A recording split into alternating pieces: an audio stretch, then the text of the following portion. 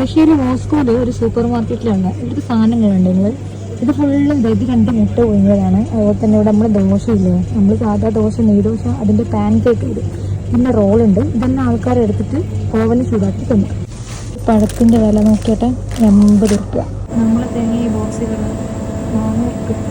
അല്ലാണ്ട് നമ്മളെ പോലെ ചപ്പാത്തിയും ദോശയും ചോറും ബിരിയാണിയും ഒന്നും അല്ല കേട്ടോ. അതിൻ്റെ കൂടെ ഒരു ജ്യൂസും കൂടി എടുത്താൽ സെറ്റ്. 400 രൂപ സാധനമാണ്, എത്ര കുഞ്ഞു സാധനം. ഹലോ, നമ്മളെ കയ്യിൽ 650 രൂപേൻ്റെ സാധനം ഒന്നുമില്ല. ഒരു ജ്യൂസ് ഉണ്ട്, പിന്നെ ഒരു ബന്നുണ്ട്, പിന്നെ 2 മുട്ട പുഴുങ്ങിയതുണ്ട്, പിന്നെ ഒരു റൈസും ഉണ്ട്. പട്ടിണി കിടക്കാൻ ഏകദേശം 10,000 രൂപയാണ് ഒരു ദിവസം റഷ്യയിൽ. നമ്മുടെ നാട്ടിൽ ആർക്കും വേണ്ടാത്ത ഈ പുഴുങ്ങിയ മുട്ടക്ക് റഷ്യയിൽ എത്ര പൈസ എന്നറിയാം? ഒന്നിന് 70 രൂപയാണ്. പഠിച്ചോനെ 5 രൂപേന്റെ നമ്മള് മുട്ടയാണ് ഈ റഷ്യയിൽ 70 രൂപയ്ക്ക് ഒരു വിൽക്കുന്നത്. എന്നാലും മുട്ട ഇനി ഇത്ര വലിയ സംഭവമായിരുന്നു. അതുപോലെ ഇവിടെ എല്ലാത്തിനും തീക്കട്ട വിലയാണ്. അതായത് 1 കിലോ ആപ്പിളിന് 600, ഓറഞ്ചിന് 600, തക്കാളി ആണെങ്കിൽ അതിനെത്ര പൈസ. ബത്തക്കൊക്കെ ഞാനത്തെ കണ്ടപ്പോ 2000 കണ്ടേ. അപ്പോ